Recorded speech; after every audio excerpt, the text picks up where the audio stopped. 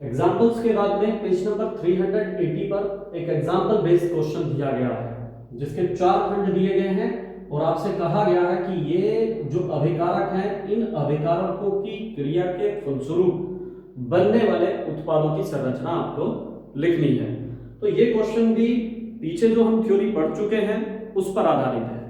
इन examples और पाठ निहित प्रश्नों का उद्देश्य सिर्फ यही होता है कि आप जो पीछे करके आए हैं क्या वो आपने अच्छे से पढ़ा है या नहीं पढ़ा। अगर आपने अच्छे से पढ़ा है तो आप एग्जाम्पल बेस्ड क्वेश्चंस या लेसन बेस्ड जो क्वेश्चंस हैं वो आसानी से हल करते हैं। चलिए क्वेश्चन की तरफ को चलते हैं।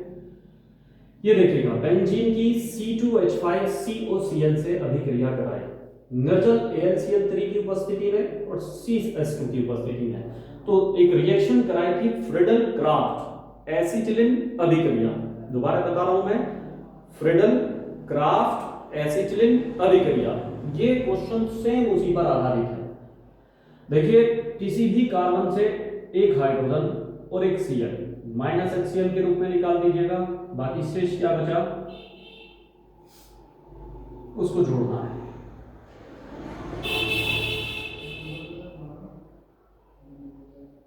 बेंजीन रिंग, ठीक है, और Cl तो निकल गई, एक हाइड्रोजन सपोज इसपे से मैंने निकाल दी -HCl के रूप में, तो यहां शेष क्या बचा है C double bond O and C2H5। चाहे जो -HCl कहा था मैंने, HCl आप यहां भी नोट कर सकते हैं। तो ये फ्रीडल क्राफ्ट एसिटिलिन अभिक्रिया का एग्जाम्पल आपको दिया गया है। दूसरी समीकरण ये भी हम आपको बता चुके हैं। तो ये जर्डन समीकरण के रूप में हमने बताई थी, वहां पर एग्जाम्पल लिया था R2CD का, जिसे कहा था डाई एल्किल कैडमियम। अब इसने R की जगह इसकी वैल्यू रख दी, तो इससे घबराने की कोई आवश्यकता नहीं है। देखिए, इसको मैं खोलकर जरा यहां रफली नोट कर देता हूं, ठीक है। तो इसको मैं खोलकर किस प्रकार से लिख रहा हूं, C6H5CH2, राइट, C6H5CH2 दो हो गए, और CD, यानी इससे पता चलता है कि कैडमियम की जो संयोजकता है वो कितनी है, 2 है, ठीक है। ये जितना काम मैं कर रहा हूं अभी कैसा है मेरा, रफ है, ठीक। तो ये मैं रफ वर्क कर रहा हूं ताकि आपको आसानी से समीकरण समझ में आ जाए, ठीक है। अब मैं इसकी अभिक्रिया किससे करा रहा हूं, CH3COCl, और सबसे बढ़िया बात है कि समीकरण का हाफ पार्ट आपको बैलेंस करके दिया गया है। तो देखिए, CD यहां इस Cl से अभिक्रिया करेगी और एक यौगिक बनाएगी जिसका नाम होगा CdCl2, कैडमियम डाइक्लोराइड। अब बाकी का शेष क्या बचा है, बाकी का शेष क्या बचा, तो ये बचा हमारे पास में शेष C6H5CH2, C6H5CH2 और CH3CO। अगर आपको थोड़ी सी समीकरण पिछली भी याद हो, ठीक, तो आपने इसे जो किया होगा वो इस प्रकार से किया होगा, CH3, पहले मैं इसको ही ले लेता हूं, CH3C डबल बॉन्ड O, ठीक है। तो CH3C डबल बॉन्ड O है ना, और दूसरी चीज क्या बची शेष, C6H5CH2। कितने शेष बचे, एक ये 2, इसके भी कितने हैं, 2, तो यहां क्या करना है आप मल्टीप्लाई बाय 2 कर दीजिएगा, तो ये यौगिक आपको प्राप्त हो गया, ठीक। फिर इसको मैं दोबारा से रिवाइज करा रहा हूं। मैंने कहा C6H5CH2 का होल ट्वाइस, ये एक सामान्य समीकरण में इसको डाई एल्किल कैडमियम कहा गया। इस R के स्थान पर मैंने क्या ले लिया, C6H5CH2, C6H5CH2 और CD की संयोजकता 2 हुई। तो ये जब CH3COCl से अभिक्रिया करेगा, वहां जो एग्जाम्पल समीकरण ली थी आपको थोड़ा सा भी अगर ध्यान हो, फिर मैं रफ काम करके आपको दिखा रहा हूं ताकि आसान बन जाए। R2CD की अभिक्रिया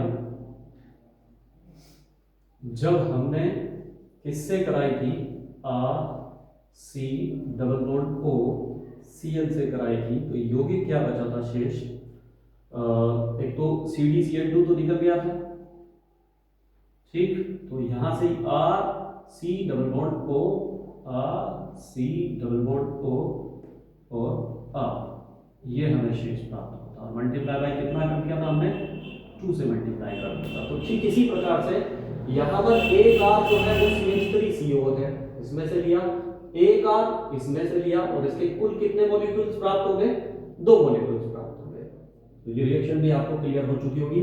नहीं क्लियर हुई हो तो इसकी जर्नल समीकरण जो पीछे कराई गई है एक बार उसको पढ़ के देख लेंगे तो आप समझ जाएंगे ये यौगिक किस प्रकार से हमें प्राप्त हुआ है।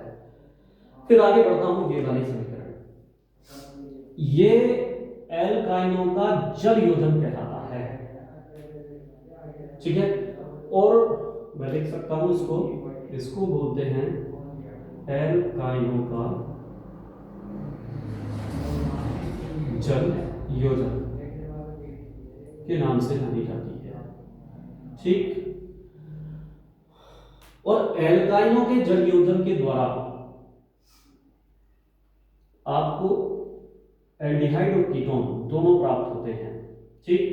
अगर एथाइन का एग्जांपल लूं, ठीक है, तो एथाइन से तो एल्डिहाइड प्राप्त होगा, ठीक, और इसके बाद के जितने भी एग्जांपल हैं उन सबसे कीटोन आपको प्राप्त होंगे, तो इसको एल्काइनों का जल योजन बोलते हैं। जल योजन में क्या करना है, यहां से एक सिंगल बॉन्ड यहां से ब्रेक होगा, तो एक OH इधर जोड़ दीजिएगा, एक H इधर जोड़ दीजिएगा, तो जब आप जोड़ेंगे तो यौगिक बनेगा CH3C, इस पे क्या जोड़ा, OH, बॉन्ड कितने रह गए अब, डबल, क्योंकि एक चीज जुड़ी है तो CH और एक और CH2, ठीक है।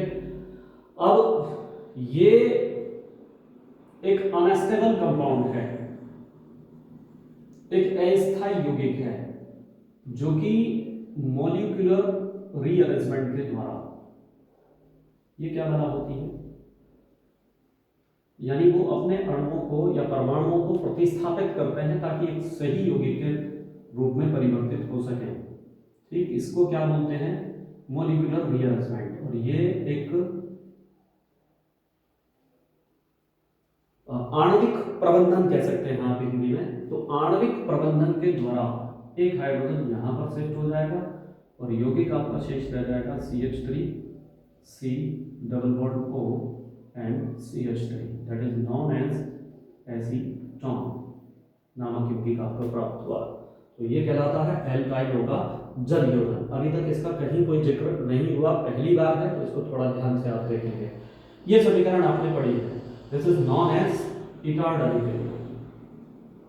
इटार्ड अभिक्रिया आप यहाँ उसमें सिंगल पद में देखिए तो, और इससे पहले वाली जो एग्जाम्पल बेस्ड क्वेश्चन था वहां भी ये आया था, वहां पर पैराफ्लोरो का एग्जाम्पल था, यहाँ पैरा नाइट्रोटोलुएन का एग्जाम्पल है। तो आने दीजिए, हम डायरेक्टली इसको किस में चेंज कर देंगे,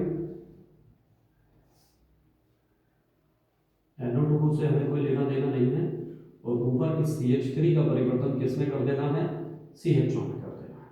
तो इस तरह से ये चारों इक्वेशंस आपको समझ में आ गई होगी। मेन चीज है कि अगर आपने थ्योरी ध्यान से पढ़ी है, आपने इक्वेशंस पे अच्छे से प्रैक्टिस की है, मैं हमेशा कहता हूं कि प्रैक्टिस हार्ड, क्योंकि आपकी प्रैक्टिस ही आपको क्वेश्चन सॉल्व कराने में मदद करेगी। जय हिंद।